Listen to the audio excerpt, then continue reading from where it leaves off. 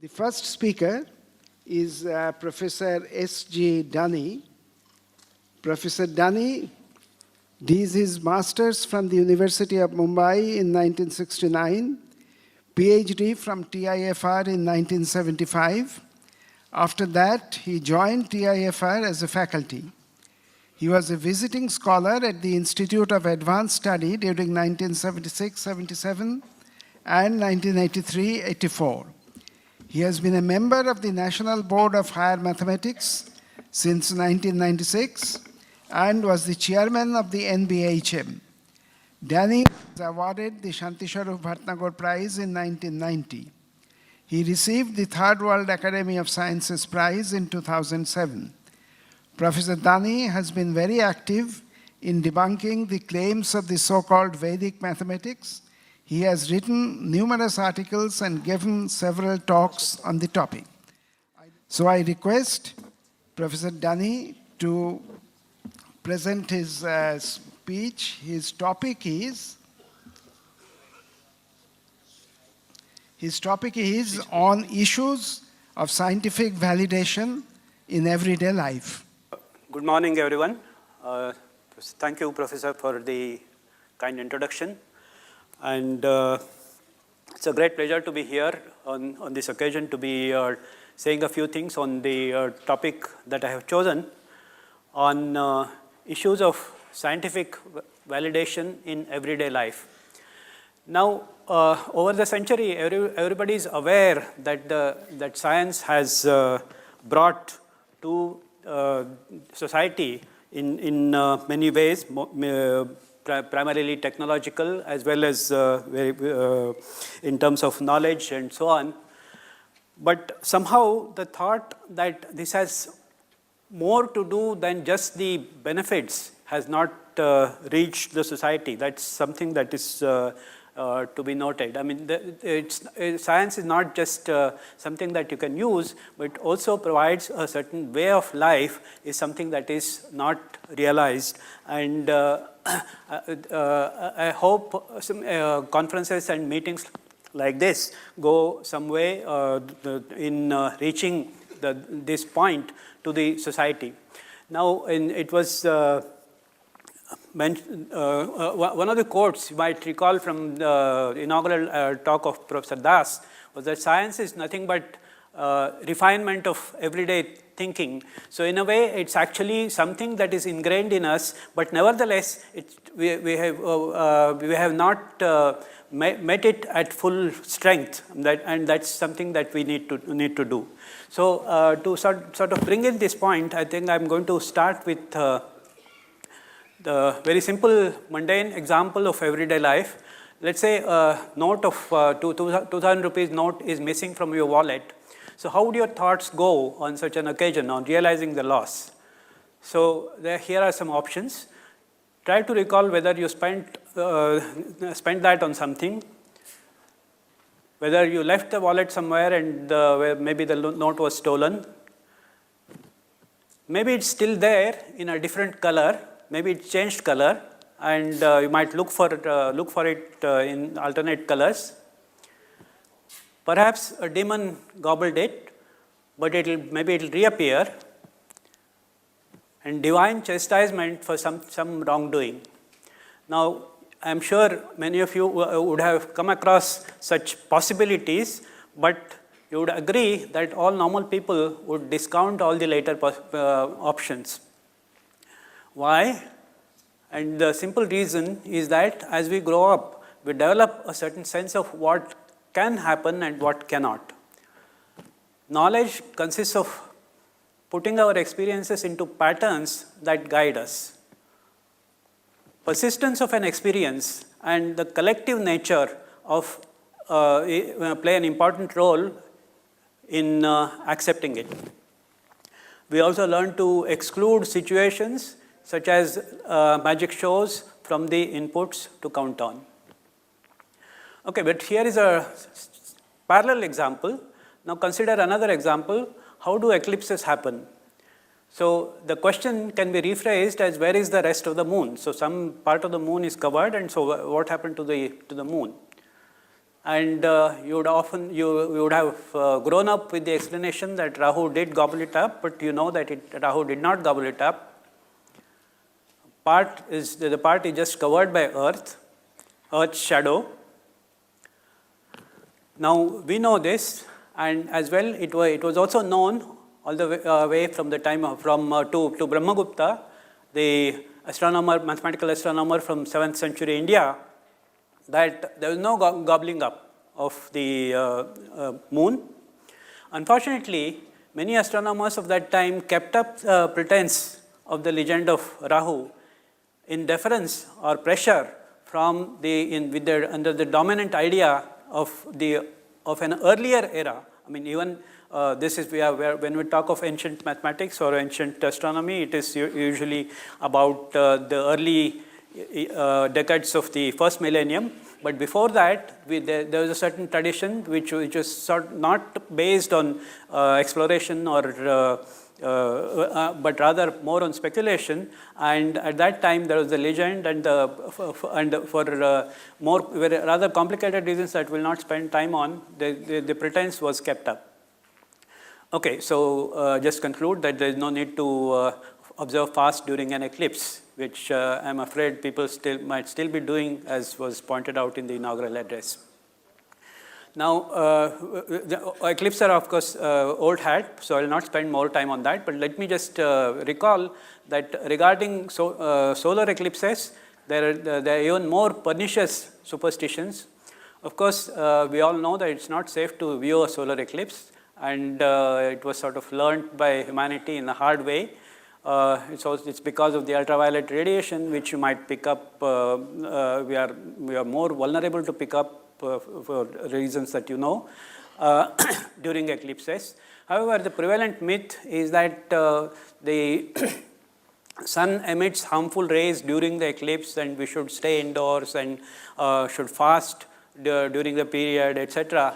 And as the purveyors of this kind of formulations learn more and more technical science, there are more and more technical variations of this, but none of them have any factual basis. Let's move on. So various such examples illustrate the following basic principles.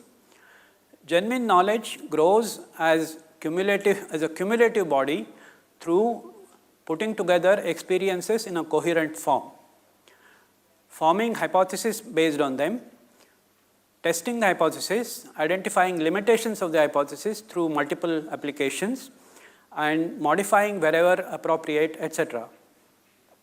That is the essence of the scientific method. Greater or better the evidence for a hypothesis, greater is its credibility. And one should also emphasize that the credibility is never absolute.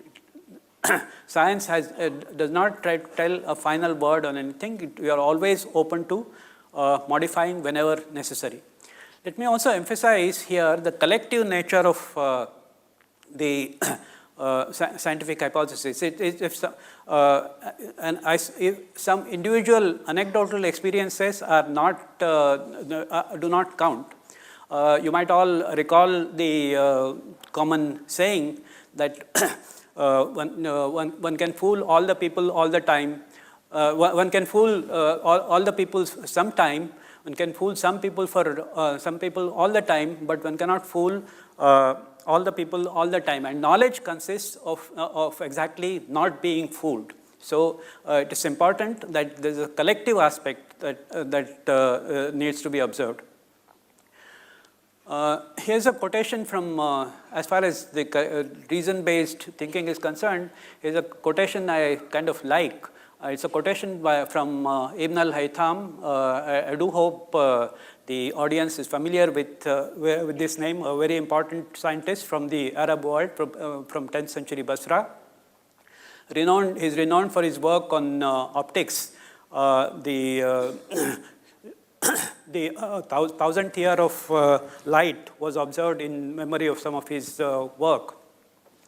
And is also known as a very early practitioner of the scientific method. As this quotation would illustrate, the duty of the man, if learning the truth is his goal, is to make himself an enemy of all that he reads and attack it from every side. He should also suspect himself as he performs his critical examination of it, so that he may avoid falling into either prejudice or leniency. I mean, it's a very careful statement about what are all the pitfalls in, that might lead you astray from correct way of thinking. Now, there's generally a criticism that scientific method, science, etc., that people, rational thinking, etc., that we talk about is something of a Western import, and and that's used as an excuse against it. But first of all, as I pointed out already, it's nothing particularly Western. It was there already in the in 10th century with the Arabs in a very refined way. And not only that, even in India also, there is a substantial tradition of evidence-based and reasoning-based thinking. So I would like to recall some of the things that some of the audience perhaps may not be aware. Now, as you know, the Indian tradition sort of goes back in the public consciousness, at least, up to the time of Vedas. Of course, there is an Indian tradition even earlier, but that's what we tend to associate, or the dominant section seems to associate itself with the with that period. But even in the Vedic tradition, the Mimamsa works, or Shabara and Prabhakara and the Kumarila Bhatta, they did not, they were given to evidence-based and reason-based thinking. They did not believe in, for instance, they did not believe in the existence of God, and the reason was that there is no evidence to believe, to us that belief. They rejected the idea of Maya. I mean, Brahma, Satya, Maya, Jagan, and everything else is Maya is a kind of standard thought that has percolated. But these intellectuals of the time from the Vedic tradition did not actually believe in that, and they believed in a world that is reconstructed from sense experiences, and though in spite of the fact that they were a part of the Vedic tradition. Outside the Vedic tradition, in fact, there are many other thinkers who did not subscribe to the idealist thinking. Among them, there is the Lokayata tradition, about which I will say a little more. Then from the six darshanas, one knows that Sankhya and Vaisheshika darshan, Nyaya Vaisheshika darshanas also are given to rational thinking. There is also the Yoga Vasishta. This is probably not very well known as it should be. Yoga Vasishta is supposed to be the teachings of Vasishta to Rama when Rama was apparently afflicted by vairagya, that is a sense of renunciation. But it's a very detailed advice from supposedly from Vasishta to Rama. Interestingly, the basic kernel of this is very materialist in outlook. In the same way, Buddhist philosophy also is based on rational thinking. Okay, so the Lokayata tradition that I mentioned, often pejoratively referred in the later by the critics as the Charvaka tradition. It has not come down to us in the original works. These were destroyed. I mean, these maybe either they were consciously because of the hostility to that, or maybe in the course of time they did not survive. But we are aware of them only through the critiques by their detractors. So it's only when somebody is trying to criticize a certain theory, you get to know something about what was said, and you need to put it in a coherent form, because the detractors usually would have distorted what has been said. Now, here are some instances of the thinking in the Lokayata tradition. Purandara, a Lokayatika, is known to admit usefulness of inference in determining the nature of all worldly things, where perceptual experience is available. So you can use inference so long as the conclusion is amenable to experience. We'll come to more of that as we proceed, but held that it cannot be employed in establishing a dogma regarding the transcendental world for which sense perception is not available. In the Sankhya and the other schools that I mentioned, I'd like to mention one particular thing. They believed in the atomic theory of matter. This is, I think, you would all have heard that people often mention with pride that we had the atomic theory long before the West, etc. And here I am going to give you some details about, talk about some details about that. Firstly, it should be mentioned that the people who talked of the atomic theory, they were not from the mainstream of Indian intellectual tradition. They were actually the rational thinkers. The atomic theory was initiated by Kanada and later developed by various people like Gautama is one of the names, etc. And they were in fact heavily criticized by the traditionalists as being Vedic. Though now it might find being a source of pride, it was in its own time it was heavily criticized, including by Shankaracharya, one of the very pronounced leaders of the tradition, as being one of. I mean, he had other arguments, but one of the things was that it was charged. One of the charges was that it is un-Vedic. The Vedas do not say it, so it cannot be so. But this is clearly an instance of standing for reason-based conclusion in opposition to the prevalent authority. Though the reasoning itself, about which I'm going to tell you briefly, may not seem to meet contemporary standards. In modern terms, the argument was essentially that if matter was to be continuous rather than atomic, then because of their infinitude of the samples, the large amount and small amount could not be distinguishable. So the variety of physical properties that we find would not appear. So that they appear must mean that the matter consists of discrete units. So, I mean, there can be elaborations on this, and there were detailed discussions we'll not go into. But note that there is a certain kernel of the argument, and on the basis of which it was assumed. So, I want to point out to both the things, that there is a kernel of the argument, and on the other hand, the argument itself is open to question, and it could have been discussed further, and somehow the discussions did not go far enough to lead to the more satisfactory theory. Okay, so now let me change the section, change track. So let's analyze the knowledge acquisition has two main components. One is the inputs through a sense perception, coupled with experimentation and inference. The latter is also very important. Why I say this will be clear as we proceed a little.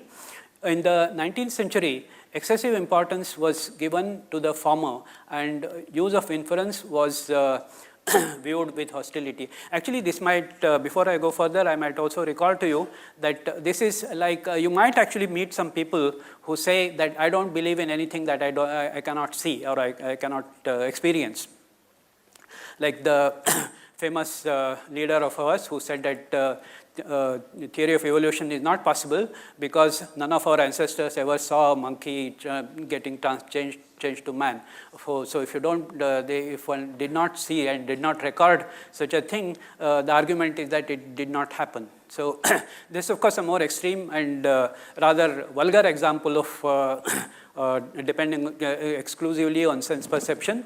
But a somewhat more subtle form of the same thing was prevalent in the last 19th and 20th centuries, and positivism. You must have read in the flyers and information about the conference about this name, about positivism. So positivism ruled the scientific practice. The emphasis there, will not go more into the details, but the point there is that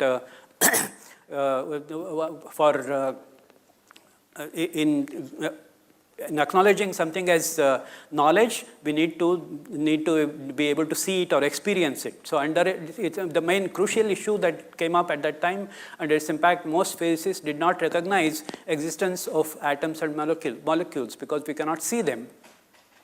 Boltzmann was one of the major victims of this, as the kinetic theory of gases, as you know, sort of it depended on the conceptualization of atoms and molecules and analyzing, starting with that as the basis. And since he did not get due recognition for that, which sort of made him very dejected, and finally he actually committed suicide. So this is one of the very tragic instances of the denial because of that. Okay, so the tendency of excessive focus on observed data overlooks the fact that apart from the senses that we have, apart from our senses through which we perceive things, we also have an innate facility for drawing inference. And inference can be of two kinds. One is inductive inference, that if you see something happening repeatedly, then you conclude that it must be happening all the time. And deductive, so if one leads to another and that leads to the third one, then the first one must lead to the third one. So there are two types of inference, that two basic main types of inference that we use and have been using since we developed as a species. Okay, of course, philosophers have analyzed the structure of these kind of inference methods, etc. We will not go into that, but it should suffice to sort of see that there are two main aspects of this.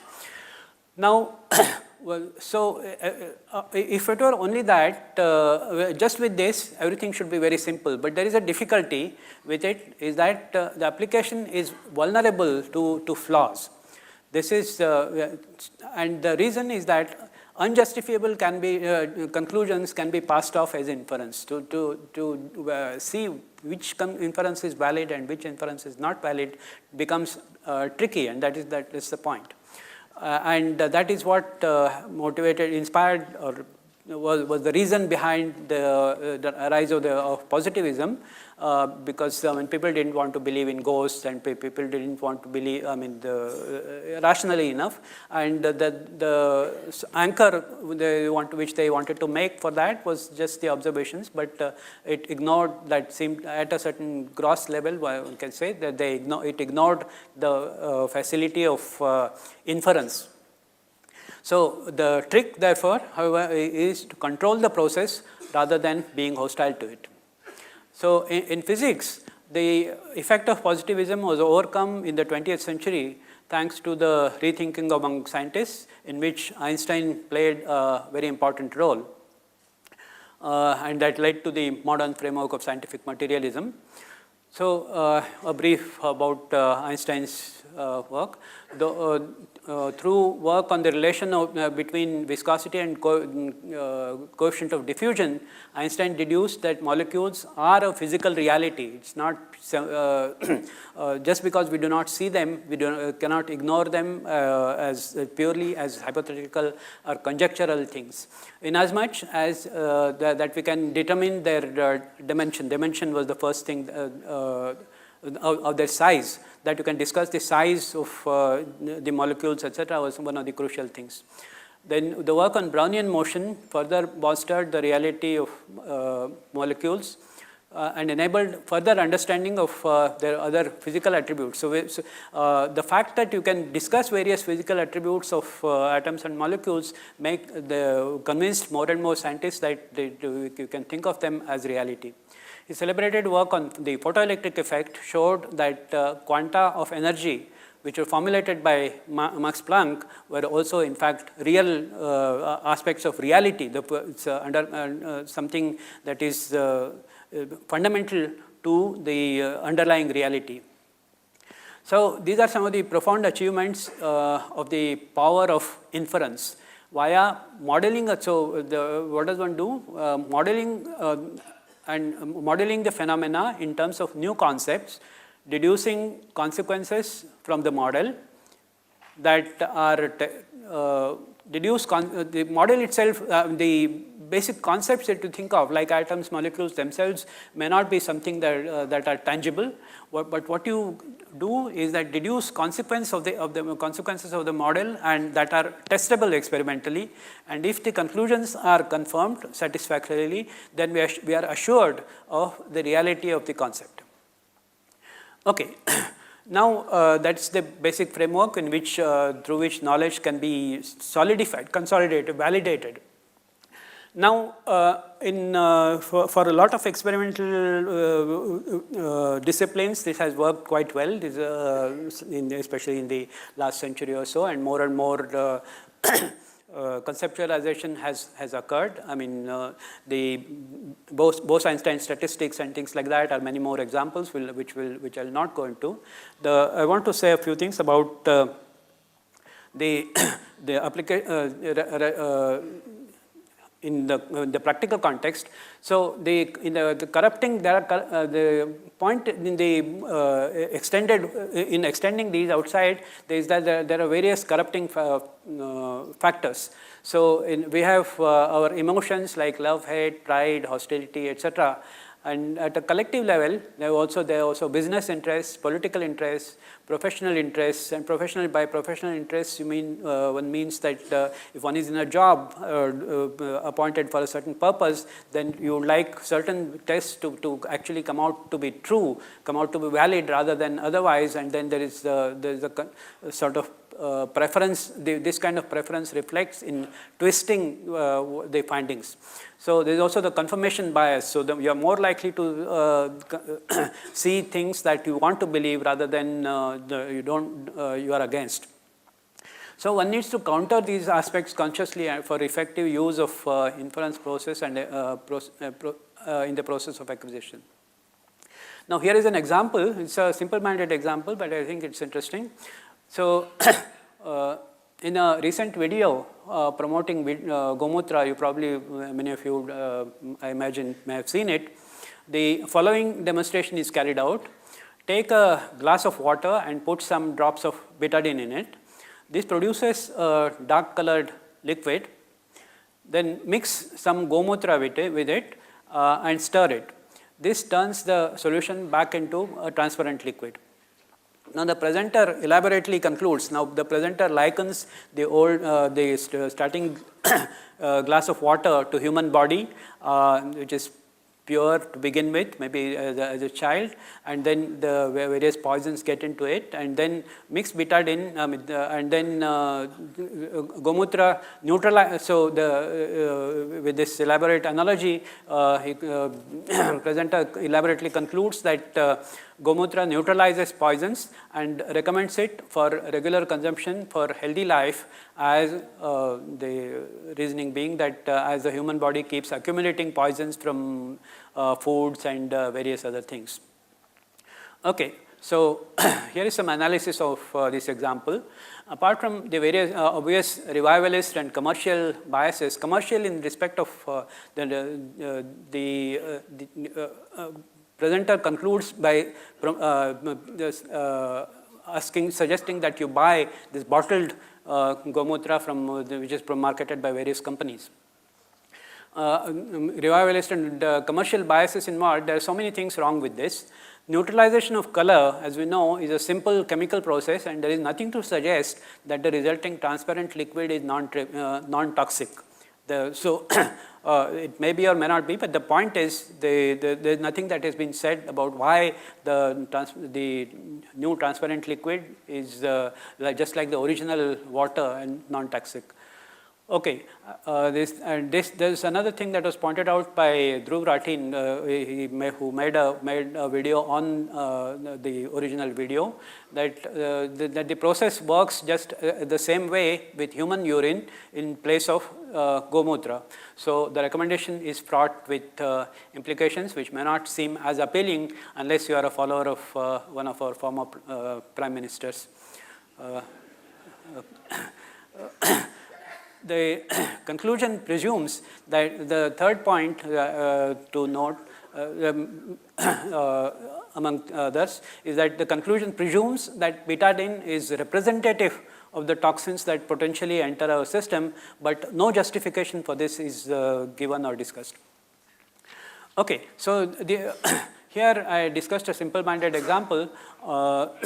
Often there are statements made citing very elaborate scientific research, etc. Mostly they are fake citations, and when there is some truth there, it's of dubious value. So here are some of the questions that one can ask to address the doubtful parts. So is there a source cited? That's one question I would ask. It's usually not cited. Most of the WhatsApp messages and social media messages never cite any source. It's just forwarded from and one doesn't know where the origin was and whether it is credible. What is the process by which the conclusion was arrived at? One should wonder. One should be wary of anecdotal evidence. Now, as I emphasized in the beginning, knowledge is something of a collective understanding, and isolated individual experiences count for little. Not that they don't count, but their value needs to be strictly considered in its own, on its own. Appeal to authority is also often used to bolster a point. So-and-so scientist from Princeton, etc. So this is again of limited value unless the question is not whether who said it and what is the what he is associated with, but whether it is supported by scientific tests. Of course, I mean the best thing that could happen is that we can test ourselves, but this is a very limited possibility because the whole variety of claims are beyond our reach. And what we can test is, what we can try to understand is whether it has been scientifically tested by people who are reliable, the scientific laboratories, the journals, and there is a whole scientific paraphernalia that fortunately for us that is available, and even the information about it is available on the internet if you go to various right sites, and that would be the test. Another point I would like to make is that correlation is not always reliable inference. It's very often there are graphs drawn and then one compares and then there are arguments. And I think I'll not spend time on that. But one should you can think about it yourself that two graphs can match just with in the practical context with a small pixel size, and if you compute the probability of that, it's not very small. And looking at the number of instances that variety of things to which you can do, there will be many correlating things that would correlate but will not correspond to correspond causally. Okay, here are some more considerations.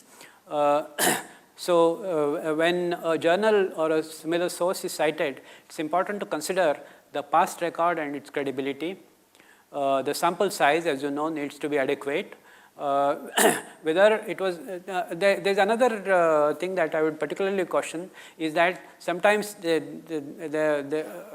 whether what is observed actually leads to the claimed conclusion. I mean, this sort of can be seen in the example that I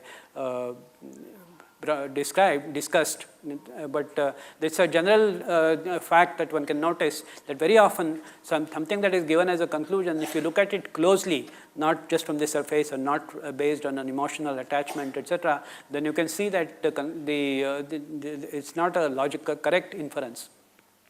Now, reproducibility is another test. So whether the same thing would happen, and one can also ask whether the same analogous things are also so to put the statement in a wider context and see whether it's stable in the sense that even variations are actually true would be a certain test. Now here is the last thing I would like to talk about. Falsifiability, this is one of the tests. I mean, this is somewhat independent of the other things, but I just want to mention this. This is an important test for a claim. Falsifiability has been, in the philosophy of science, has been one of the important criteria, going back to Karl Popper and others. So unless there is a test that can negate the claim, if it is false, the claim is inconsequential. And here is an example. Very often it's said, so I'll not describe the context, but you will see, I suppose you would understand where it comes from. Something bad will happen if you sleep with your feet towards the east.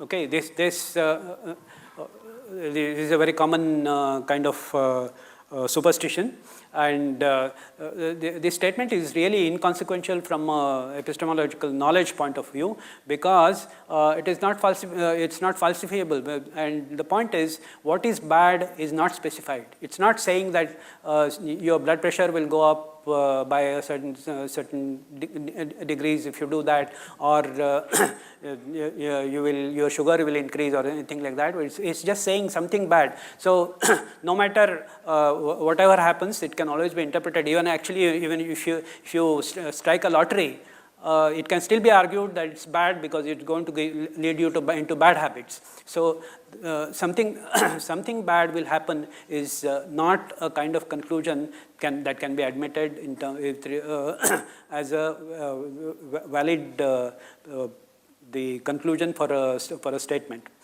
Okay, so with this, I thank you all for your attention, and happy explorations.